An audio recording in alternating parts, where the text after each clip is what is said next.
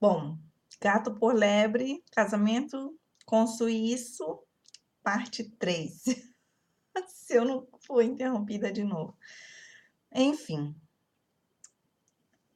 então assim, o tema que eu queria falar agora é sobre essa questão dos filhos, né? Então, se você é uma mulher que sonha, por exemplo, de ser mãe, como eu tinha esse sonho, então, se você conhecer um suíço, antes de qualquer coisa, pergunte primeiro se ele deseja ter filhos, se ele quer ter filhos. É uma dica muito importante, né?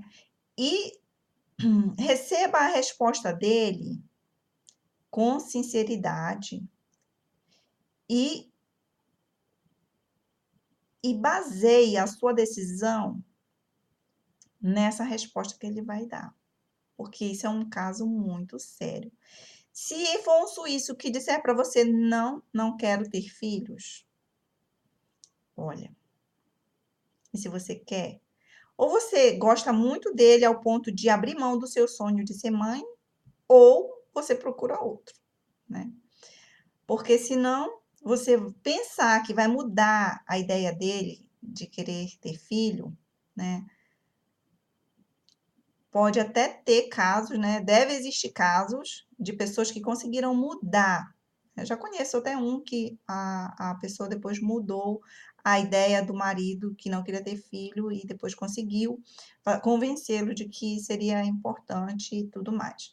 Mas na maioria dos casos que eu conheço, eles não mudaram de opinião, não mudaram de ideia, e as mulheres tiveram que aceitar, né, porque já foram alertadas antes, né, tiveram que conviver com isso e não tiveram filhos. E isso, por um lado, algumas vezes elas conseguem superar tudo isso e deixar. Mas tem outras que ficam realmente com uma sequela de um trauma, de um sonho, né, que poderiam ter realizado e não conseguiram.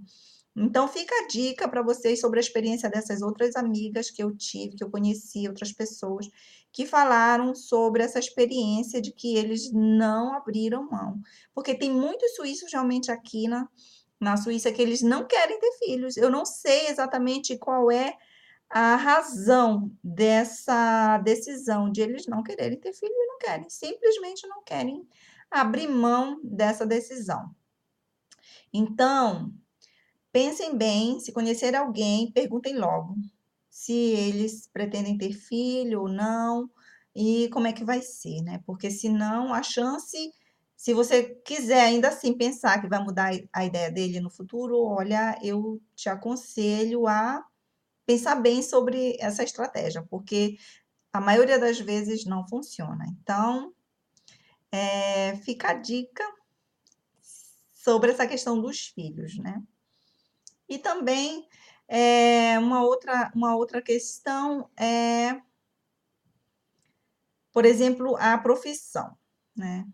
Se você tem uma profissão no Brasil, é bem-sucedida, e você quer continuar desenvolvendo a sua profissão aqui na Suíça,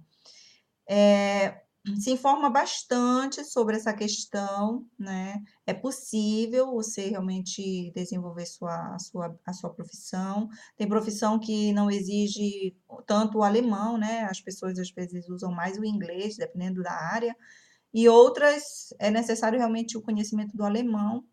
E aí estude bastante, né? Aprenda o alemão, não só estude, mas aprenda realmente o alemão.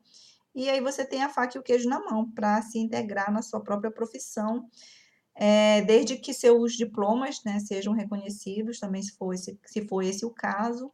E aí começar, né? Começar de pouquinho, devagarinho, muitas vezes, e não ter medo de encarar o mercado de trabalho. Ele é bem competitivo aqui. Eu nunca fui atrás de emprego aqui na Suíça, porque quando eu vim para cá, eu já sabia que eu não iria trabalhar, eu ia me dedicar aos meus filhos, e eu fiz assim, né? Mas agora que eu pretendo voltar a trabalhar novamente, como eu trabalho com abelhas sem ferrão, eu só posso trabalhar com essas abelhas, no caso, né?